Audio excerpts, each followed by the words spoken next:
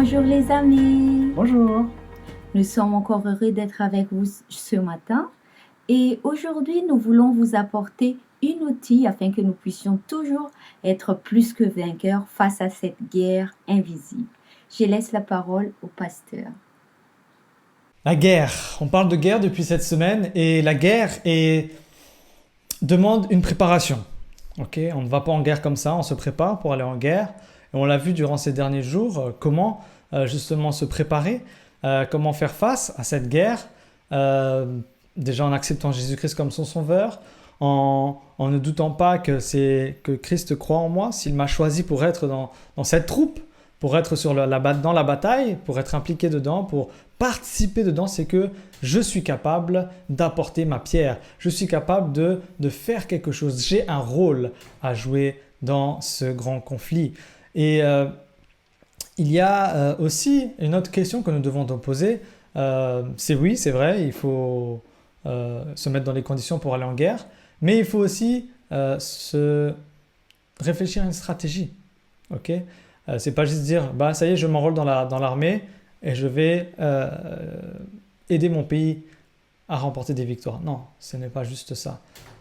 Dans la parole de Dieu, on nous donne un exemple très clair. Et avant de vous donner cet exemple, regardons dans l'Ancien Testament une histoire qui s'est passée, une histoire très connue que vous connaissez sûrement, c'est l'histoire de David et de Goliath. Lorsque David a choisi d'aller combattre Goliath, Saül, le roi d'Israël de l'époque, a proposé à David de prendre son armure. Il lui a donné, tiens, prends mon armure et va te battre avec. Mais qu'est-ce qui va se passer? On va se rendre compte, on nous dit que dans l'histoire, que David va dire c'est trop lourd, c'est trop pesant, c'est trop encombrant, c'est déstabilisant, c'est un handicap pour lui-même, pour mener la victoire. Oui, parce que David n'était pas un soldat à la base. David était un simple berger. Et lorsqu'il avait l'habitude d'aller combattre un lion ou un ours, il utilisait simplement sa fronde, ou son bâton de berger. Donc il n'avait pas l'habitude de toute cette armure si lourde et si imposante que celle que Saül lui a proposée. Alors lorsqu'il va partir au combat, il va choisir de partir avec son armure à lui. Il va choisir dans un premier temps non pas de s'appuyer sur cette armure physique, mais sur la force que Dieu va lui donner. Et lorsqu'il va remporter la victoire, rappelez-vous bien de ce qu'il a dit. C'est mon Dieu, c'est par mon Dieu que je te donnerai, que j'apporterai la victoire au peuple d'Israël. Dans la parole de Dieu, Christ nous appelle à travers son serviteur Paul dans l'épître, cette lettre écrite à l'église d'Éphèse au chapitre 6. À partir du verset 10 déjà jusqu'au verset 17, nous avons ici cette armure du chrétien. Mais la première chose, avant même de chercher à porter cette armure du chrétien, vous devez, le texte nous dit, au reste, fortifiez-vous dans le Seigneur et par sa force toute puissante. Autrement dit ici, vous devez être fort dans le Seigneur. Vous devez vous laisser le Seigneur vous renforcer.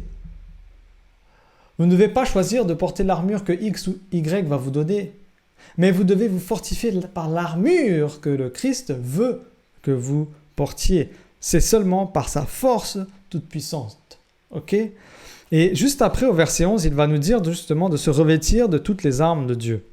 Nous devons donc prendre cette armure, la porter, pas simplement la voir à la maison sur une étagère, mais nous devons la mettre sur nous. Verset 12, nous n'avons pas à lutter contre la chair et le sang.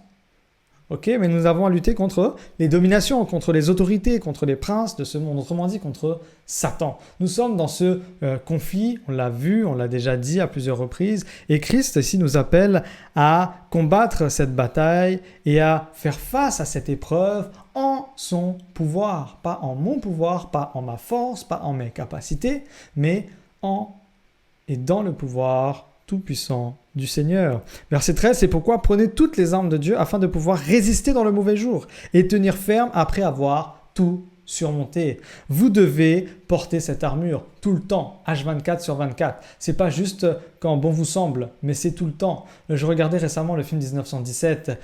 Quand vous voyez le combat qui s'est passé dans cette guerre mondiale, vous voyez les soldats lorsqu'ils étaient dans les tranchées, ils étaient toujours prêts au combat. Ils étaient toujours armés. D'accord ? Même s'ils avaient déjà fait une partie, ils avaient déjà été dans une bataille, lorsqu'ils sont revenus, ils n'ont pas mis de côté leurs armes. Ils gardaient toujours leurs armes avec eux.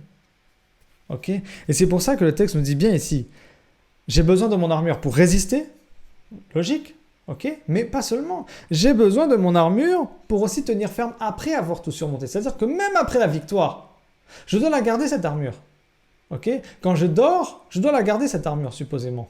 Enfin, c'est une image. Mais ça veut dire que je dois l'avoir H24 sur 24. Tout le temps, je dois avoir cette armure sur moi pour pouvoir avoir la victoire en Christ. Ce n'est pas simplement lorsque je vais au combat, mais c'est tout le temps. Même lorsque j'ai déjà gagné, ne disons pas « Ah, ça y est, c'est bon, ok, je dépose les armes ». Non, gardez toujours cette armure sur vous. Et ensuite, il va détailler, et nous n'avons pas le temps de le voir ensemble, les différentes parties de cette armure avec la ceinture de avec la cuirasse de justice, les chaussures de l'évangile de paix, le bouclier de la foi, le casque du salut et enfin l'épée de l'esprit. Je vais juste... quand on parle ici de la ceinture de vérité, la ceinture tenait aussi les autres armes, l'épée notamment. C'est cette ceinture, c'est la base de tout. C'est pas pour rien que le texte commence avec cela. Ça doit être toujours la vérité qui me pousse à toute chose. La chaussure me permet d'avancer. Okay, c'est la chaussure qui me permet d'avancer en toute sérénité, peu importe si le sol est rocailleux, abrupt ou pas. Essayez de marcher pieds nus sur la coulée de lave du volcan et vous allez avoir mal aux pieds parce que la pierre est abrupte, elle est coupante. D'accord? Donc nous devons apporter des chaussures pour pouvoir avancer. Mais nous avançons aussi en tant que chrétiens par la paix, l'évangile de paix. Et nous devons apporter cette paix aux autres. Lorsque les Romains combattaient, ils avaient cette habitude parfois de resserrer les liens. D'accord? Ils devaient resserrer les liens, resserrer les rangs plutôt, je dirais, pour pouvoir brandir leur bouclier et se protéger. Et ils faisaient comme si une deuxième armure. Mais là, vous aviez tous les soldats qui se regroupaient par la foi, par ce bouclier et se protéger mutuellement de la même manière. La foi est aussi un moyen de se protéger mutuellement. La foi est un moyen et nécessaire à être brandi. D'accord? Je ne garde pas la foi en bas. La foi doit être mise en avant pour pouvoir justement éteindre les traits enflammés du malin. Je dois brandir. C'est la chose qui part en avant, mon bouclier de la foi. La foi me permet d'aller de l'avant. Le casque du salut, l'assurance du salut, chers amis, ô combien nécessaire, ô combien... Certains d'entre nous sommes troublés. Si Jésus revient demain, est-ce que je suis sauvé? Mais ton salut ne dépend pas de toi. Ton salut dépend de ce que Jésus a fait pour toi sur la croix. Ce n'est pas ce que tu feras aujourd'hui, ou ce que tu fais aujourd'hui, ou ce que tu feras demain, ou ce que tu as fait hier, qui décidera si tu seras sauvé. C'est si tu as accepté Jésus dans ton cœur. Donc nous devons avoir ce casque du salut pour protéger notre cerveau qui nous permet, notre tête, n'est-ce pas, le casque qui protège la tête et qui protège donc cet organe vital aussi. D'accord? Et qui régit toutes les actions que je vais faire. L'assurance du salut. Si je n'ai pas cette assurance du salut, toutes mes actions seront bridées. Je serai comme si un chrétien en mort cérébrale. Je dois avoir cette assurance du salut par la foi en Jésus-Christ. Que vous puissiez, chers amis, avoir cette armure dans sa totalité tous les matins. N'oubliez pas, vérifiez que vous ne partez pas au combat sans porter sans oublier un aspect de cette armure et encore moins celle de l'épée qui est la parole de Dieu, l'arme à double tranchant. Soyez bénis par le Seigneur et que vous puissiez être vraiment des guerriers victorieux par la puissance de l'Esprit et la puissance de notre Seigneur Jésus-Christ, le Tout-Puissant. Nous sommes tous donc des ambassadeurs du Christ face à cette guerre invisible. Nous avons besoin de cette armure afin que nous puissions être plus que vainqueurs.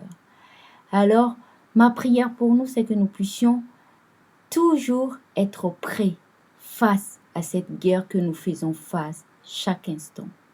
Que Dieu nous accompagne et nous donne cette victoire dont on a tous besoin. Amen. On vous dit à demain. Bonne journée.